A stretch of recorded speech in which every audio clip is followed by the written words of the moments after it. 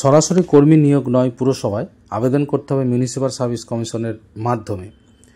আজকে প্রতিদিন পেপারে এই খবরটা প্রকাশিত হয়েছে, কিন্তু এই খবরটা অলরেডি কিছুদিন আগেও কিন্তু বর্তমান পত্রিকায় প্রকাশিত হয়েছিল এবং সেই সংক্রান্ত খবর আমি আপনাদের জানিয়েছি। তো আজকে একটু সংক্ষেপে জানাচ্ছি পত্রিকায় কি বলা হয়েছে। রাজ্যের সমস্ত পুরসভায় নিয়োগের ক্ষেত্রে ফের কড়া অবস্থান নিল রাজ্য সরকার। জানিয়ে দেওয়া হলো, স্বায়ত্তশাসিত সংস্থাগুলি কোনোভাবেই নিজস্ব নিয়োগ করতে পারবে না। প্রয়োজনীয় কোনো পদে নিয়োগ করতে হলে তা করতে হবে একমাত্র মিউনিসিপ্যাল সার্ভিস কমিশনের মাধ্যমেই। রাজ্যের পুর ও নগরোন্নয়ন দপ্তরের তরফে বিষয়টি ইতিমধ্যেই কিন্তু জানিয়ে দেওয়া হয়েছে। সব পুরসভা, নোটিফাইড এরিয়া কর্তৃপক্ষ, ইন্ডাস্ট্রিয়াল টাউনশিপ কর্তৃপক্ষকে কিন্তু বিষয়টি কিন্তু ইতিমধ্যেই জানিয়ে দেওয়া হয়েছে। পুর ও নগরোন্নয়ন দপ্তর নির্দেশিকা দিয়ে জানিয়েছে, এই সব প্রতিষ্ঠানে কর্মী নিয়োগের দায়িত্ব মিউনিসিপ্যাল সার্ভিস কমিশনের মাধ্যমে কিন্তু করতে হবে। একই সঙ্গে এই আওতায় পড়বে পুর ও নগরোন্নয়ন দপ্তরের অধীনস্থ বিভিন্ন প্রতিষ্ঠানগুলি, অর্থাৎ যে সমস্ত ডেভেলপমেন্ট অথরিটি রয়েছে তারাও কিন্তু এর মধ্যে পড়বে। মিউনিসিপ্যালিটি ও নোটিফাইড এরিয়া কর্তৃপক্ষ কর্মী নিয়োগের প্রয়োজন হলে তার ডিরেক্টর অফ লোকাল বডিজের মাধ্যমে কিন্তু মিউনিসিপ্যাল সার্ভিস কমিশনকে জানাবে। পুরসভা ও উন্নয়ন কর্তৃপক্ষগুলি নিয়োগের বিষয়টি পুর ও নগরোন্নয়ন দপ্তরের মাধ্যমে জানাবে মিউনিসিপ্যাল সার্ভিস কমিশনকে।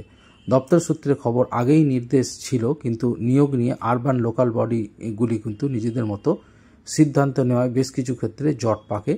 এবার তা যাতে না হয় তার জন্য গাইডলাইন তৈরি করে স্পষ্ট নির্দেশ দেওয়া হয়েছে।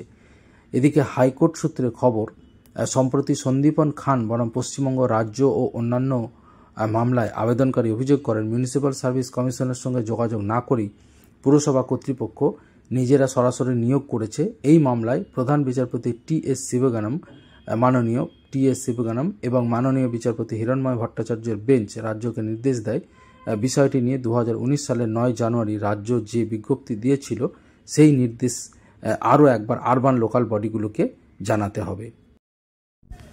এর আগে বিজ্ঞপ্তি দিয়ে রাজ্য জানিয়েছিল, ক্যাটেগরি এ, বি এবং সির নিয়োগের ক্ষেত্রে মিউনিসিপ্যাল সার্ভিস কমিশনের পরামর্শ নেওয়া যেতে পারে এবং সেই পরামর্শের উপর ভিত্তি করে এ এবং বি ক্যাটাগরির নিয়োগ করা যাবে।